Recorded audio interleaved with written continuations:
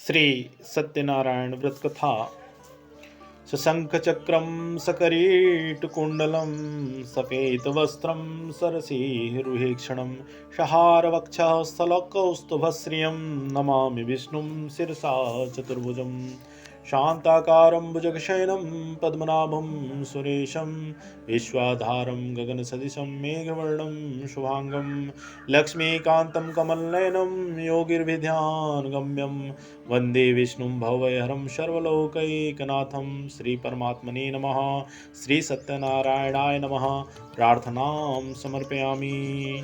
श्री गणेशाय नमः। अथ श्री सत्यनारायण व्रत कथा प्रथम अध्याय। व्यास जी बोल रहे हैं कि एक समय नैमिषारण्य जो तीर्थ में शौनक आदि सभी ऋषियों तथा मुनियों ने पुराण शास्त्र के वेत्ता श्री सूत जी से महाराज से पूछा। ऋषियों ने पूछा, हे महामुनि, किस व्रत अथवा तपस्या से मनोवांछित फल प्राप्त होता है, उसे हम सब सुनना चाहते हैं, आप कहें। तब श्री सूत जी बोल रहे हैं, इसी प्रकार देवर्षि नारद जी द्वारा भी पूछे जाने पर कमलापति ने उनसे जैसा कहा था उसे मैं कह रहा हूँ, आप लोग सावधान होकर सुने। एक समय योगी नारद जी लोगों के कल्याण कामना से विविध लोकों में भ्रमण करते हुए मृत्युलोक में आए और यहाँ उन्होंने अपने कर्म के अनुसार नाना योनियों में उत्पन्न सभी प्राणियों को अनेक प्रकार के क्लेश दुख भोगते हुए देखा। किस उपाय से इनके दुखों का निश्चित रूप से नाश हो सकता है, ऐसा मन में विचार करके वे विष्णु लोक चले गए। वहाँ चार भुजाओं वाले शंख चक्र गदा पद्म तथा वनमाला से विभूषित शुक्ल वर्ण भगवान नारायण दर्शन कर उन देवाधिदेव की वे स्तुति करने लगे। नारद जी बोले, हे वाणी और मन से परे परे स्वरूप वाले अनंत शक्ति संपन्न आदि मध्य और अंत से रहित निर्गुण और सकल कल्याणमय गुणों से संपन्न स्थावर जंगमात्मक निखिल सृष्टि प्रपंचक कारणभूत तथा भक्तों की पीड़ा नष्ट करने वाले परमात्मन, आपको नमस्कार है। स्तुति करने के अनंतर भगवान विष्णु ने नारद जी से कहा कि हे महाभाग, आप किस प्रयोजन से यहाँ आए हैं, आपके मन में क्या है, कहिए, वह सब मैं आपको बताऊंगा। तो नारद जी बोल रहे हैं, हे भगवान, मृत्युलोक में अपने पाप कर्मों के द्वारा विभिन्न योनियों में उत्पन्न सभी लोग बहुत प्रकार से क्लेशों से दुखी हो रहे हैं। हे नाथ, 21 लघु उपाय से उनके कष्टों का निवारण हो सकेगा। यदि आपकी मेरे ऊपर कृपा हो तो वह सब मैं सुनना चाहता हूँ, कृपया उसे बतावें। तब भगवान जी बोल रहे हैं, हे वत्स, संसार के ऊपर अनुग्रह करने की इच्छा से आपने बहुत अच्छा उत्तम प्रश्न पूछा है। जिस व्रत को करने से प्राणी मोह से मुक्त हो जाता है उसे आपको मैं बताता हूँ। हे वत्स, स्वर्ग और मृत्युलोक में दुर्लभ भगवान सत्यनारायण का एक महान पुण्यप्रद व्रत है। आपके स्नेह के कारण इस समय मैं उसे कह रहा हूँ। अच्छी प्रकार वेद विधान से भगवान सत्यनारायण का व्रत करके मनुष्य शीघ्र ही सुख प्राप्त कर जो है परलोक में मोक्ष प्राप्त करता है। भगवान की ऐसी वाणी सुनकर नारद मुनि ने कहा कि हे प्रभु, इस व्रत को करने का फल क्या है, इसका विधान क्या है, इस व्रत को किसने किया और कब इसे करना चाहिए, यह सब विस्तार पूर्वक कृपया बतावें। तो भगवान जी बोल रहे हैं, यह सत्यनारायण व्रत दुख शोक आदि का शमन करने वाला, धन धान्य की वृद्धि कराने वाला, सौभाग्य और संतान देने वाला तथा सर्वत्र विजय प्रदान करने वाला, जिस किसी भी दिन भक्ति और श्रद्धा से समन्वित होकर मनुष्य ब्राह्मणों और बंधु बांधवों के साथ धर्म में तत्पर होकर सायंकाल भगवान सत्यनारायण की पूजा करे, नैवेद्य के रूप में उत्तम कोटि भोजनीय पदार्थ को सवाया मात्रा में भक्तिपूर्वक अर्पित करना चाहिए। केले का फल, घी, दूध, गेहूं का चूर्ण अथवा गेहूं के चूर्ण के अभाव में साठी चावल का चूर्ण, शक्कर या गुड़, यह सब भक्ष्य सामग्री सवाया मात्रा में एकत्र कर निवेदित करनी चाहिए। बंधु बांधवों के साथ श्री सत्यनारायण भगवान की कथा सुनकर ब्राह्मण को दक्षिणा देनी चाहिए। तदंतर बंधु बांधवों के साथ ब्राह्मणों को भोजन कराना चाहिए। भक्तिपूर्वक प्रसाद ग्रहण करके नृत्य गीत आदि का आयोजन करना चाहिए। तदंतर भगवान श्री सत्यनारायण का स्मरण करते हुए अपने घर जाना चाहिए। ऐसा करने से मनुष्य की अभिलाषा अवश्य पूर्ण होती है। विशेष रूप से कलयुग में पृथ्वीलोक में यह सबसे छोटा सा उपाय है। इस प्रकार श्री स्कंद पुराण के अंतर्गत श्री रेवाखंड में श्री सत्यनारायण व्रत कथा का यह पहला अध्याय पूरा हुआ। बोलो सत्यनारायण भगवान की जय। दूसरा अध्याय निर्धन ब्राह्मण तथा काष्ठ क्रेता की कथा। सूत जी बोले, हे द्विजों, अब मैं पूर्व काल में जिसने भी इस सत्यनारायण व्रत को किया था उसे मैं भली विस्तार पूर्वक भली भांत कहूँगा। रमणीय काशी नामक नगर में कोई अत्यंत निर्धर ब्राह्मण रहता था। भूख और प्यास से व्याकुल होकर वह प्रतिदिन पृथ्वी पर भटकता रहता था। ब्राह्मण प्रिय भगवान ने उस दुखी ब्राह्मण को देखकर वृद्ध ब्राह्मण का रूप धारण करके उस द्विज के से आदरपूर्वक पूछा, हे विप्र, प्रतिदिन अत्यंत दुखी होकर तुम किस लिए पृथ्वी पर भ्रमण करते हो? हे द्विज श्रेष्ठ, यह सब बतलाओ, मैं सुनना चाहता हूँ। तब ब्राह्मण देवता बोले, हे प्रभु, मैं अत्यंत दरिद्र ब्राह्मण हूँ और भिक्षा के लिए पृथ्वी पर घूमा करता हूँ। यदि मेरी दरिद्रता का दूर करने का आप कुछ उपाय जानते हो तो कृपया करके बतलाइए। तो जो है वृद्ध ब्राह्मण ने कहा, हे ब्राह्मण देव, सत्यनारायण भगवान विष्णु अभिष्ट फल देने वाले हैं। हे विप्र, तुम उनका उत्तम व्रत एवं पूजन करो, जिसे करने से मनुष्य सभी दुखों से मुक्त हो जाता है। और व्रत के विधान को भी ब्राह्मण से यत्नपूर्वक कहकर वृद्ध ब्राह्मण रूपधारी भगवान सत्यनारायण वहीं पर अंतर्ध्यान हो गए। वृद्ध ब्राह्मण ने जैसा कहा है उस व्रत को अच्छी प्रकार से मैं करूँगा, यह सोचते हुए उस ब्राह्मण को रात में नींद नहीं आई। फिर जो है तदंतर प्रातः काल उठकर सत्यनारायण व्रत करूंगा, ऐसा संकल्प करके वह ब्राह्मण भिक्षा के लिए चल पड़ा। उस दिन ही ब्राह्मण को भिक्षा में बहुत सा धन प्राप्त हुआ। उसी धन से उसने बंधु बांधवों के साथ भगवान सत्यनारायण का जो व्रत किया, इस व्रत के प्रभाव से वह श्रेष्ठ ब्राह्मण सभी दुखों से मुक्त होकर समस्त संपत्तियों से संपन्न हो गया। उस दिन से लेकर प्रत्येक महीने उसने यह व्रत किया। जिस प्रकार भगवान सत्यनारायण के इस व्रत को करके यह श्रेष्ठ ब्राह्मण सभी पापों से मुक्त हो गया और दुर्लभ से दुर्लभ मोक्ष पद को प्राप्त किया। हे विप्र, पृथ्वी पर जब भी कोई मनुष्य श्री सत्यनारायण व्रत करेगा उसी समय उसके समस्त दुख नष्ट हो जाएंगे। यह हे ब्राह्मणों, इस प्रकार भगवान नारायण के महात्मा नारद जी से कुछ कहा मैंने वह सब आप लोगों से कह दिया, आगे और क्या कहूँ। तब जो ऋषियों ने कहा, हे मुने, इस पृथ्वी पर ब्राह्मण से सुने हुए इस व्रत को किसने किया, हम सब सुनना चाहते हैं। उस व्रत हमारी श्रद्धा हो रही है। तब श्री सूत जी बोले, मुनियों, पृथ्वी पर जिसने भी यह व्रत किया उसे आप लोग सुने। एक बार वह द्विज श्रेष्ठ अपनी धन संपत्ति के अनुसार बंधु बांधवों तथा पारिवारिक जनों के साथ व्रत करने के लिए उद्यत हुआ। इसी बीच एक लकड़हारा वहां आया और लकड़ी बाहर रखकर उस ब्राह्मण के घर गया। प्यास से व्याकुल वह उस ब्राह्मण को व्रत करता हुआ देख प्रणाम करके उससे बोला, हे प्रभु, आप यह क्या कर रहे हैं? इसके करने से क्या फल की प्राप्ति होगी? कृपया विस्तार पूर्वक मुझसे कहिए। तो विप्र ने कहा, यह सत्यनारायण व्रत है जो सभी मनोरथों को प्रदान करने वाला है। उसी के प्रभाव से जो है यह सब महान धन धान्य आदि प्राप्त हुआ है। जल पीकर तथा प्रसाद ग्रहण करके वह नगर चला गया। सत्यनारायण देव के लिए मन से ऐसा सोचने लगा, आज लकड़ी बेचने से जो धन प्राप्त होगा उसी धन से भगवान सत्यनारायण का श्रेष्ठ व्रत करूंगा। इस प्रकार मन से चिंतन करता हुआ लकड़ी को मस्तक पर रखकर वह उस सुंदर नगर में गया जहाँ धन संपन्न लोग रहते थे। उस दिन उसने लकड़ी का दुगुना मूल्य प्राप्त किया। जो है तदंतर प्रसन्न होकर वह पके हुए केले का फल, शर्करा, घी, दूध और गेहूं के चूर्ण से सवाया मात्रा में लेकर अपने घर गया। तत्पश्चात उसने अपने बंधु बांधवों को बुलाकर विधि विधान से भगवान श्री सत्यनारायण का व्रत किया। उस व्रत के प्रभाव से धन पुत्र से संपन्न हो गया। इस लोक में अनेक सुखों को भोग करते हुए अंत में वैकुंठ लोक चला गया।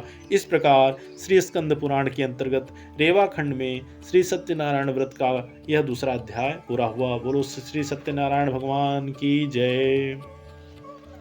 फिर तीसरा अध्याय।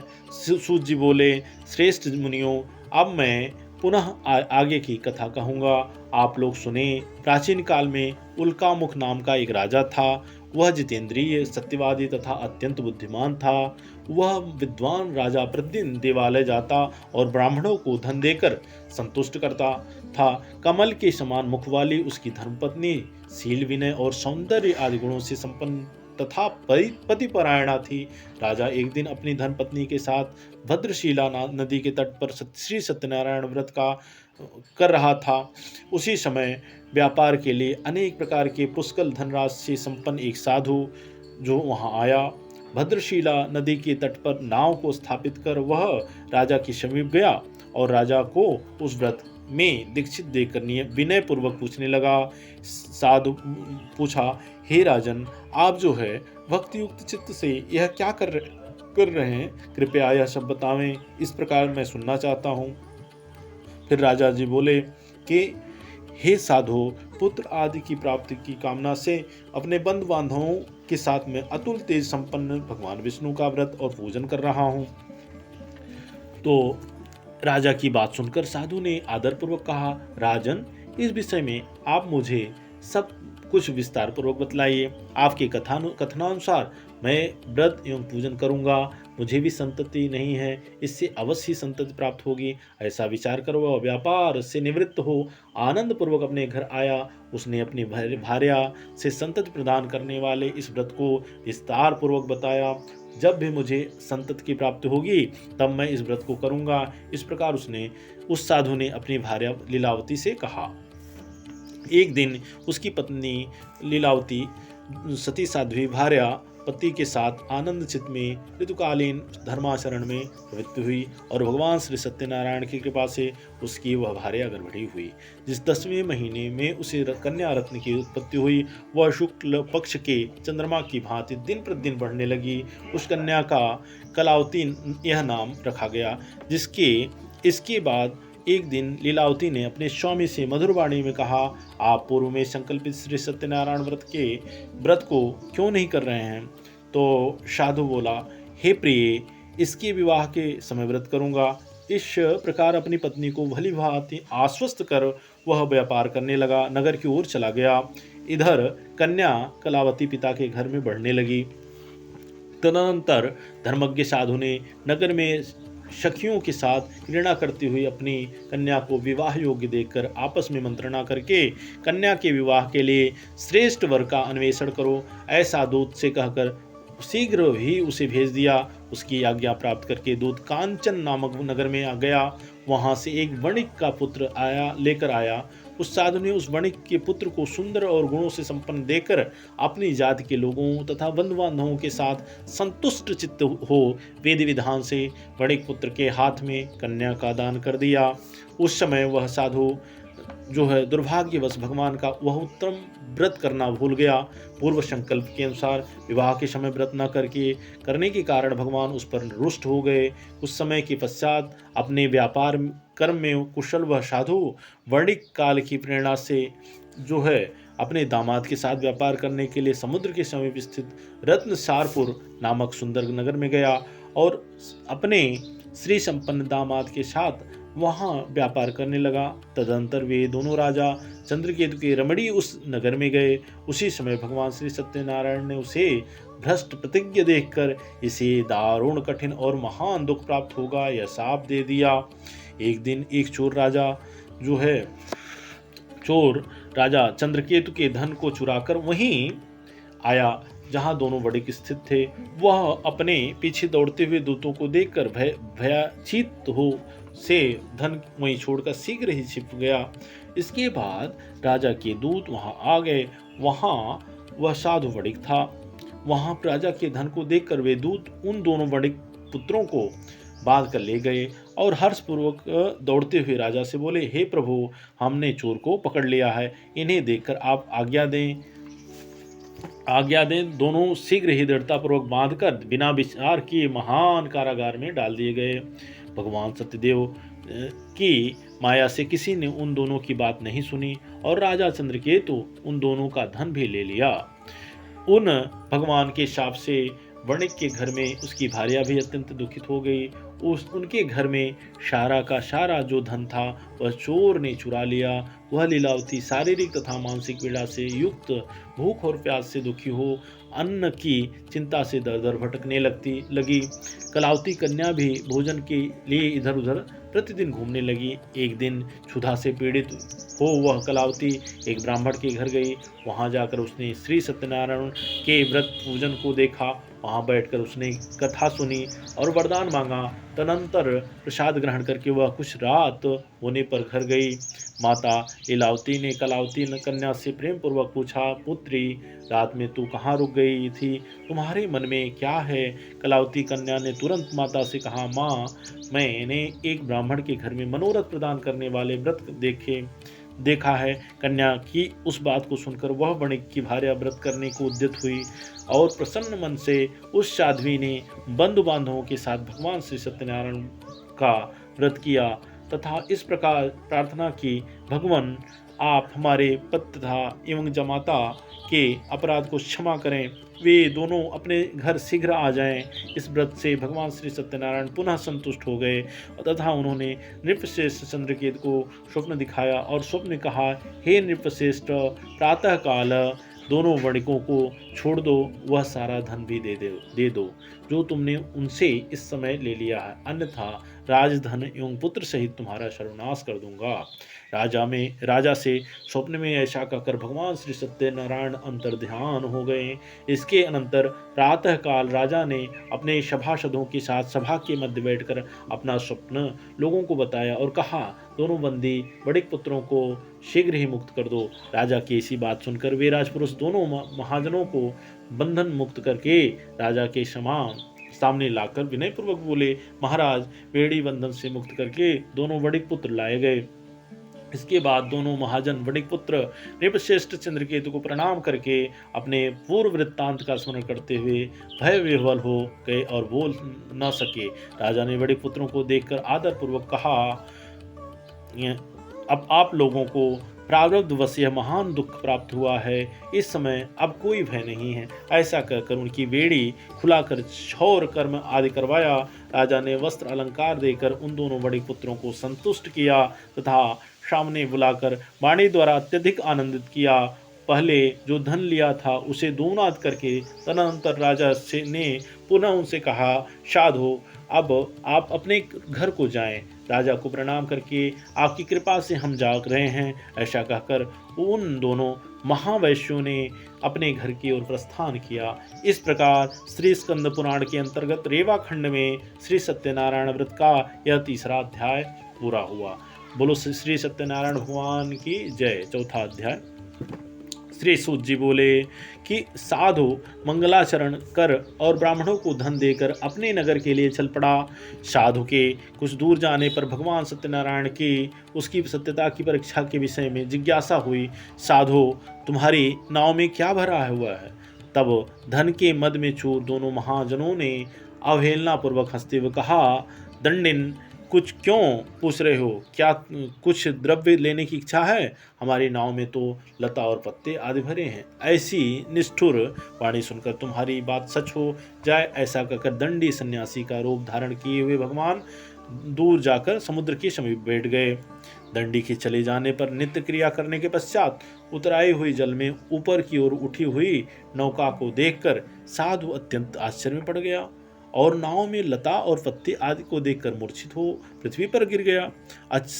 सचेत होने पर वणिक पुत्र चिंतित हो गया। जब उसके दामाद ने इस प्रकार कहा कि आप शोक क्यों करते हैं? दंडी ने शाप दे दिया है।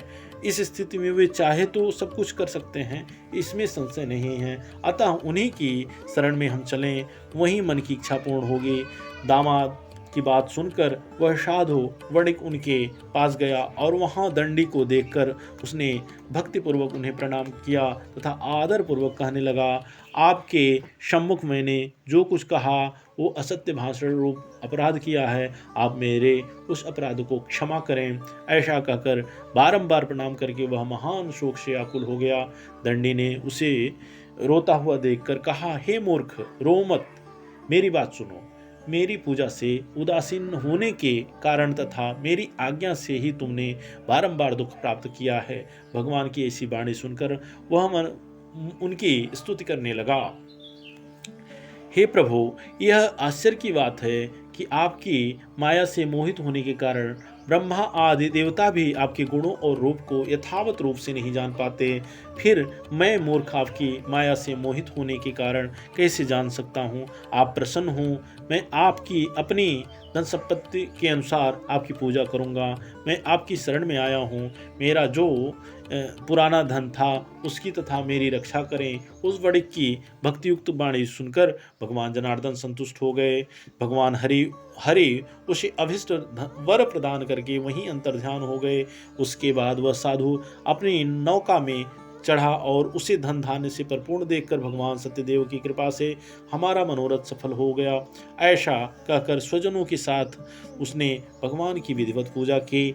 भगवान श्री सत्यनारायण की कृपा से वह आनंद से परिपूर्ण हो गया और नाव को प्रयत्न पूर्वक संभाल कर उसने अपने देश के लिए प्रस्थान किया। साधु वणिक ने अपने दामाद से कहा, वह देखो मेरी रत्नपुरी नगरी दिखाई दे रही है। इसके बाद उसने अपने धन के रक्षक दूत को अपने आगमन का समाचार देने के लिए अपनी नगरी में भेजा। तत्पश्चात उस दूत ने नगर में जाकर साधु की भार्या को देखकर हाथ जोड़कर प्रणाम किया तथा उसके लिए अभिष्ट बात कही। सेठ जी अपने दामाद तथा बंधु वर्गों के साथ बहुत सारे धन धान्य से संपन्न होकर नगर के लिए निकट पधारे हैं। दूत के मुख से यह बात सुनकर वह महान आनंद से विह्वल हो गई और उस साध्वी ने श्री सत्यनारायण की पूजा करके अपनी पुत्री से कहा, मैं साधु के दर्शन के लिए जा रही हूँ, तुम शीघ्र आओ। माता का ऐसा वचन सुनकर व्रत को समाप्त करके प्रसाद का परित्याग कर वह कलावती भी अपने पति का दर्शन करने के लिए चल पड़ी। इससे भगवान सत्यनारायण रुष्ट हो गए। उन्होंने उसके पति को तथा नौका को धन के कारण हर के जल में डुबो दिया। इसके बाद कलावती कन्या अपने पति को न देख महान शोक से रुदन करती हुई पृथ्वी पर गिर पड़ी।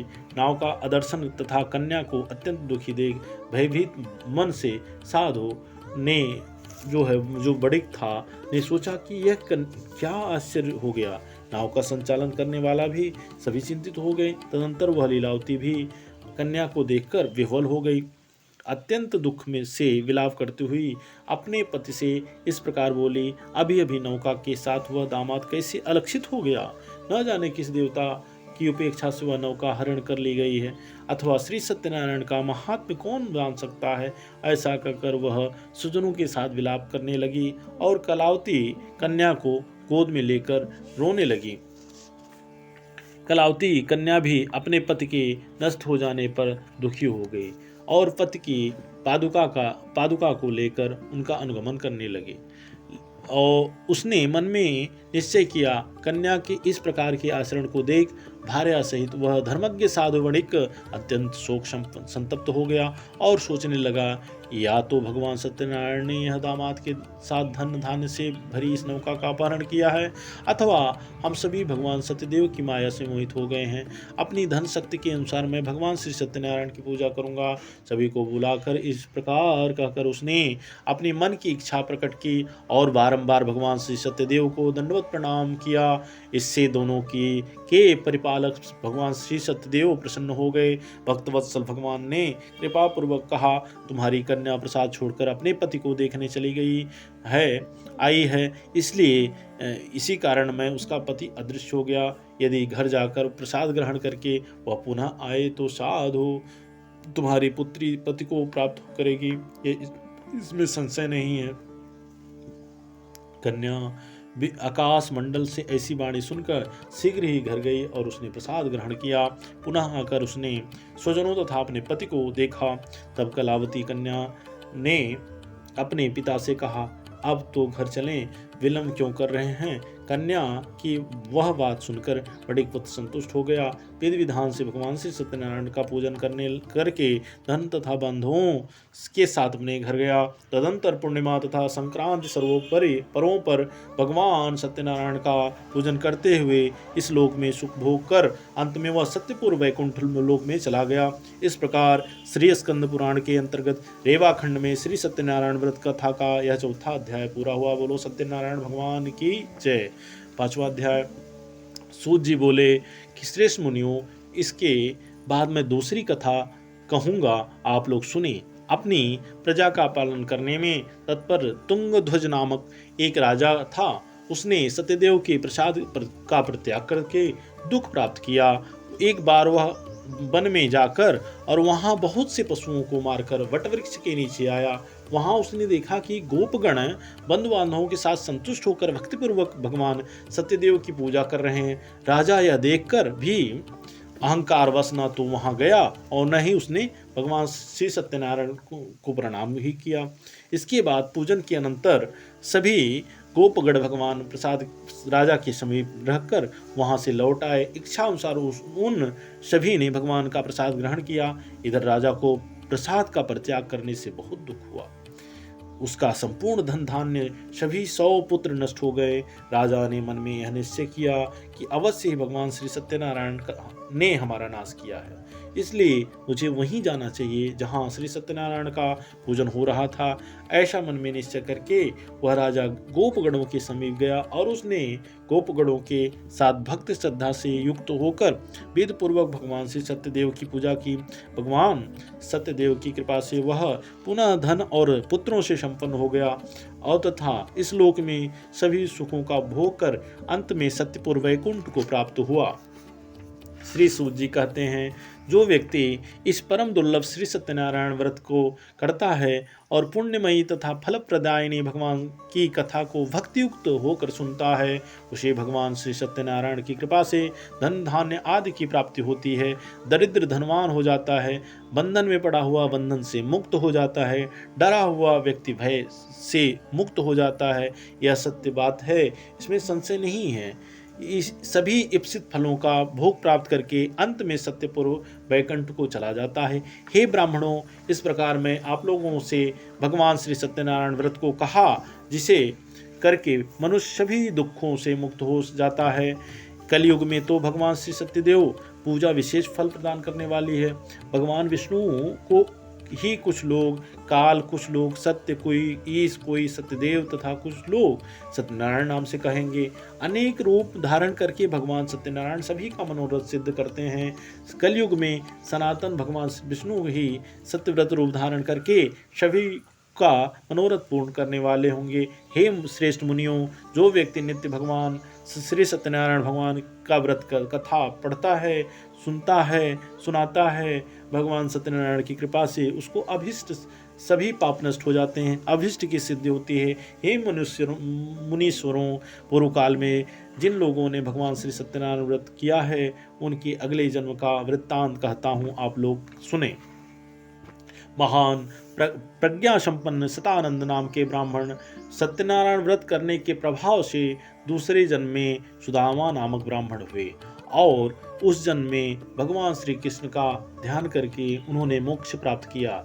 लकड़हारा भिल्ल गुहू का राजा हुआ और अगले जन्म में उसने भगवान श्री राम की सेवा करके मोक्ष प्राप्त किया।